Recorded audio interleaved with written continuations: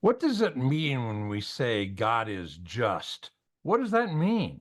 And can we really say in our own lives and in our own understanding that God is absolutely, perfectly just? We're going to discuss that today in our attributes of God. What is God like? Especially what is he like when he responds and has a relationship with you and me? And we're going to talk about that today when we come right back.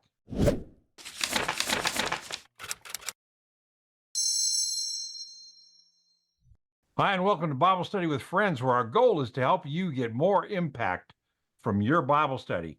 I'm here with my friends Sherry Mangrum and Jerry Duckett, and today we're going to be talking about the fact that God is just. We're going to talk about what that means in the scriptures and what it means for us, and we're going to get into that today. You guys ready? Yes. All right. Yes. Let's get to the first verse we're going to talk about in this idea of God is just. What does that mean? I want you to turn, guys, to Deuteronomy chapter 32, verse 3 and verse 4. Let me turn with you on that, and we're going to talk about that as we go. Sherry, why don't you read verse 3 and verse 4? For I proclaim the name of the Lord, ascribe greatness to our God, the rock. His work is perfect, for all his ways are just, a God of faithfulness and without injustice. Righteousness and upright is he. This idea in that first verse, he is calling on the name of the Lord. And here, one of the names of the Lord is the rock, right? Our Yes. foundation rock as believers. And then it says, as the rock, his work is perfect, for all his ways are just, a God of faithfulness and without injustice. Okay? Now, before we talk about the word just and the word injustice, I want us to notice the word all. It's important for us that when we're talking about the justice of God, that he is just completely. He is in all his ways just, not just in some ways, but in all ways. Does that make sense? Yes. So when we're talking about God in his character, he is completely, totally just. Now we have to get our minds around that a little bit, in that he is completely and totally just, because we have a tendency to think he is just in some ways, but in other ways, we're not so sure that he is just and fair. Okay. So let's get into this a little bit. Back to this verse, and we see that he is just in all his ways, and he is a God that is without injustice. Flip down to verse 20 in that same chapter when it talks about he is faithful and he is without injustice. I want you to compare that to verse 20. Then he said, I will hide my face from them. I will see what their end shall be, for they are a perverse generation, sons in whom is no faithfulness. All right. So God is totally faithful in his justice, but we are not. Do you see that? Yes.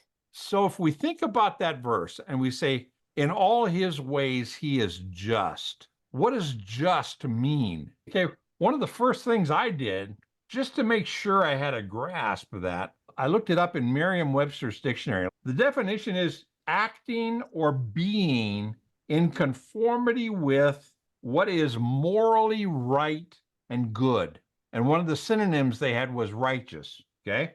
So when it says he is just, it means he acts in a way that is absolutely good and absolutely upright without any moral failures. That's God. You wouldn't expect anything less out of serving our God. That's important, Sherry, because you said you wouldn't expect anything less. Sometimes do we expect less of him? Sure. Yeah. In what ways, Jerry? What comes to mind when we think about God being just, or maybe he's not? You have to realize that that implies what he does do and what he doesn't do. So you got to be within those parameters. It's not, you can do anything you want. There's parameters in there. Okay. Sherry, any thoughts on that? I like how he puts it. It's like the bookends to our faith. Okay. And that gets challenged in our everyday experience of what we expect of God when we see things that we consider unfair. For example, let's say a baby is born with a birth defect, and we go, why could God allow that? That doesn't seem fair, right? Or when an accident happens, or when nature has a terrible catastrophe, we have a tendency to think God's not being very fair. That's not the action of a just God. You see what I'm saying? Yes. Yeah. So our expectations can be damaged by circumstances around us that we don't get. We don't understand. I don't understand why God would do XYZ. There's a guy on YouTube that has no arms or legs, Christian, Yes. and he has a ministry of speaking about how God is a God of justice. Even though he was born with no arms and legs, God had a plan to use that to impact people all over the world positively for him. So the fact that we don't get it, we don't understand what's going on in our circumstances, does not negate the fact that God is just in all his ways. We may not understand it. We may not get it. We may not comprehend it. And it may even hurt when we consider it. But we have to go with his character is he is a just God in all his ways. He is faithful, and there's no injustice in him.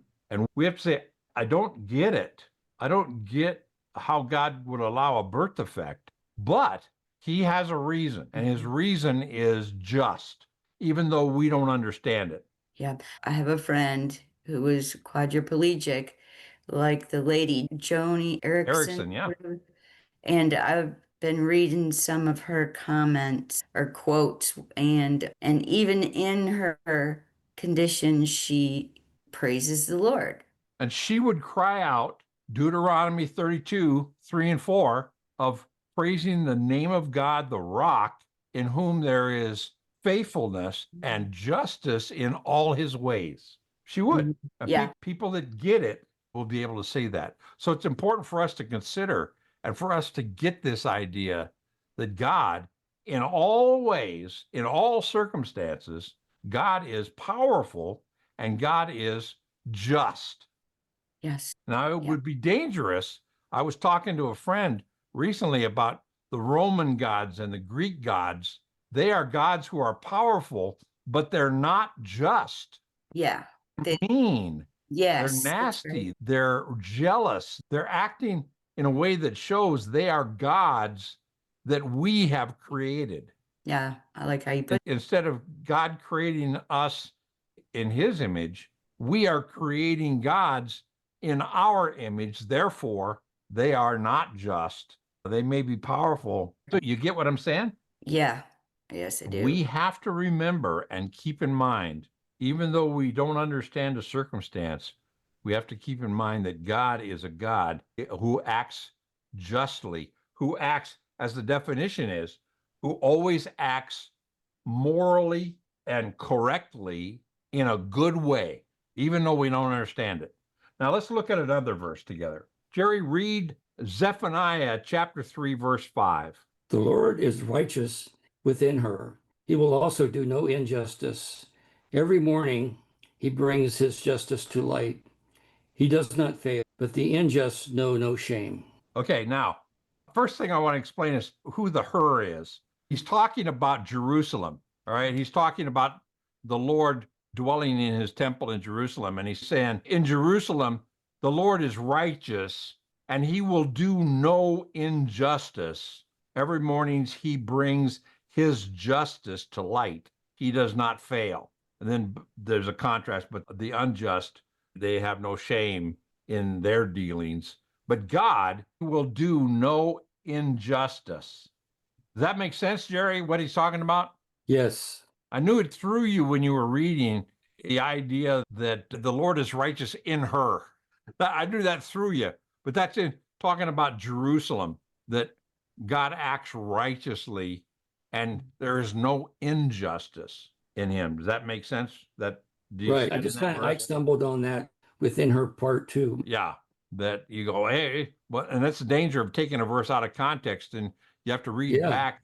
You read that verse and go, her, what's that? And you read back a ways and you figure out, oh, he's talking about Jerusalem and the Lord acting righteously in Jerusalem and giving Jerusalem a feminine gender. Okay. Isn't that interesting how in that verse alone there's injustice, justice, unjustice? Just, Come and at it from every angle, it seems. Yeah. God No acts, questions. God acts with justice, not injustice. And Mhm. people that don't are called the unjust. That's us. We do not have the capacity to always act with justice. Yeah.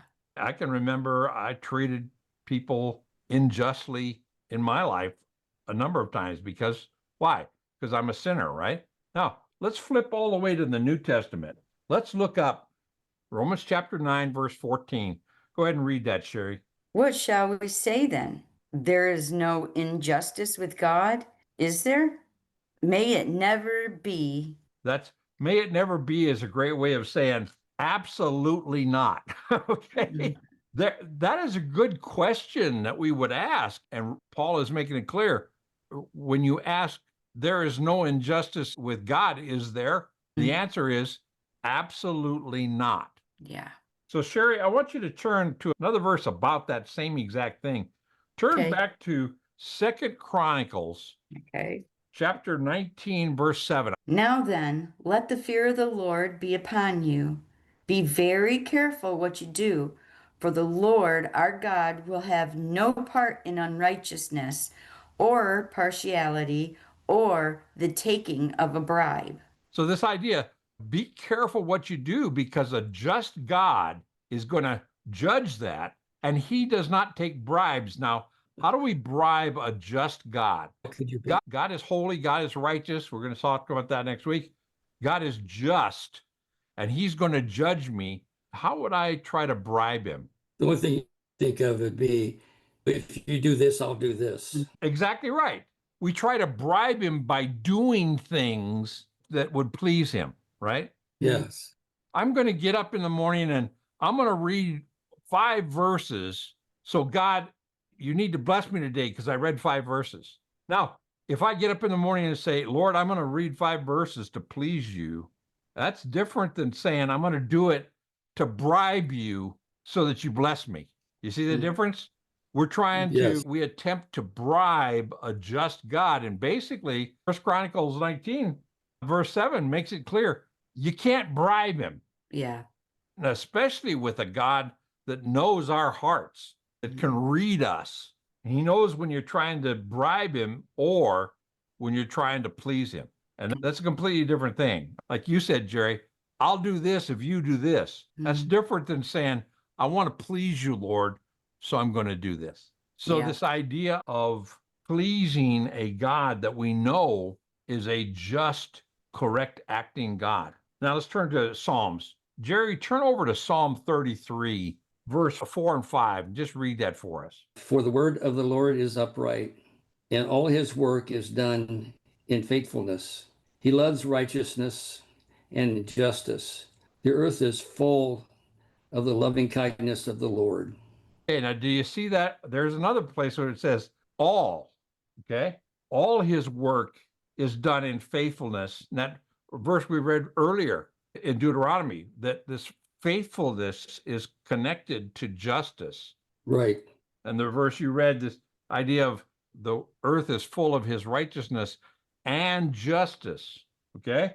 Now, let's turn to Zechariah chapter 9, verse 9. This is famous. We just don't usually know where it's from, but here it is. This is a prophecy of the coming of Messiah. And it says, rejoice greatly, O daughter of Zion. Shout in triumph, O daughter of Jerusalem. Behold, your king is coming to you. He is what? Just. Just. And This idea of he is coming humbly mounted on a donkey, even on a colt, the foal of a donkey. That's talking about Palm Sunday, when Jesus rides into Jerusalem on a donkey.